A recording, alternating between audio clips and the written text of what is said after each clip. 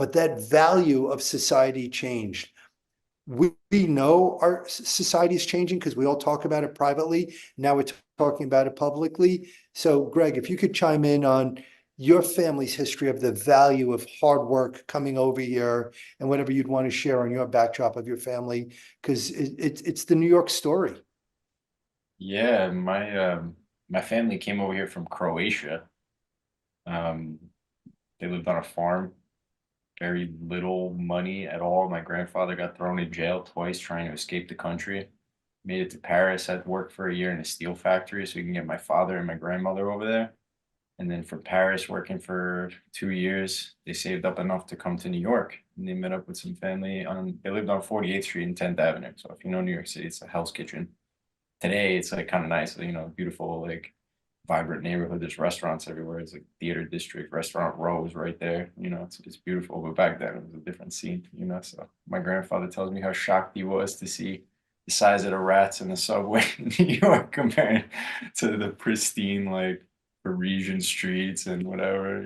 So he's shared with me his experience and his struggles coming here with very little money. He worked as a busboy in Mama Leone's restaurant for a couple years before becoming a longshoreman down in Brooklyn, and then eventually Port Elizabeth down here in New Jersey.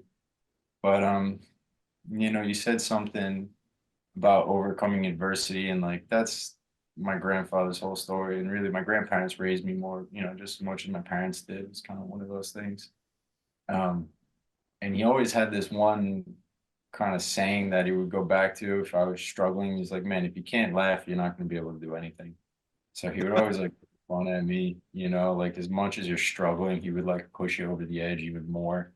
And it's like, I don't know, but there's like a Balkan culture.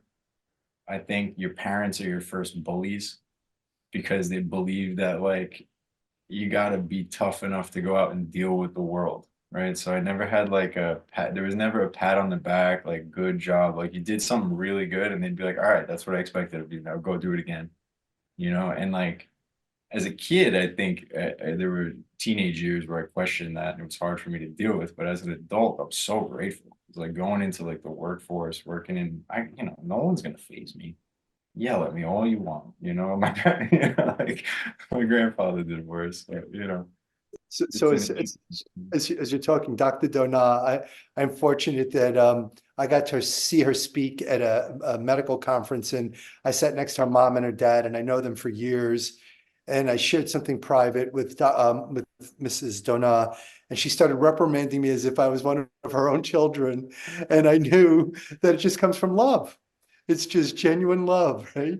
So, Dr. Dona, your family also, if you want to share the story is of a similar nature. Absolutely. So I'll broad stroke it to say it like this.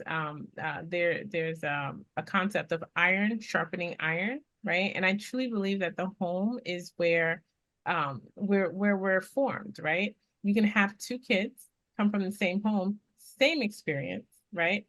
Let's say father's an alcoholic, one will become an alcoholic and the other one will become the complete opposite. But nevertheless, it's those experiences at home. And so I really try to make it intentional, right? To say, I wouldn't necessarily say it's bullying, but I would probably say it as pulling out the best of the child, right? Showing them what they're truly capable of, showing them their potential and what's possible for them in life. Yeah. What's up, Greg? feel like just to do justice to my family, I have to say I said that facetiously. No, I get it. I get it. Yeah. But this is great time of using our words, our communication, right? And so I'm familiar with Greg coming from Europe, right? Dr. Dona and Jan, you want to chime in here, please? Yeah, I just want to. Greg said something that really sparked. I had to run and get this book. I grew up around a lot of Indian comic books as well. Even though I spent most of my time in like Marvel and DC and Valiant when I was a kid, but the Indian comics really took the format and used it to distribute the values that we were speaking of earlier, the core human values.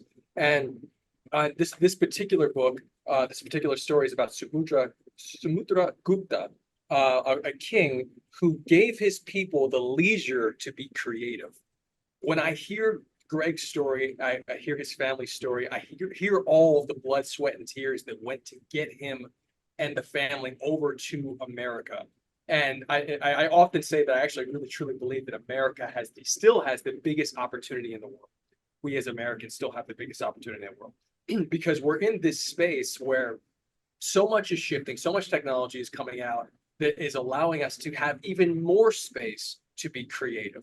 And within this creative space, allowing us to truly find our core values and share them. So Greg, I just wanted to share that with you because like it was such a reminder of the privilege that we have. You know, I see your posture, I see the logo in the background, the logo, the symbol in the background, and what it truly means. And I really feel, to your point, Jack, we're in a space and time right now that it's going to get better and better and better. And it's going to be better than any of us ever imagined. And so I'm super optimistic on humanity. And it's because we've gone through that phase of like all this blood, sweat, and tears, and it's still happening.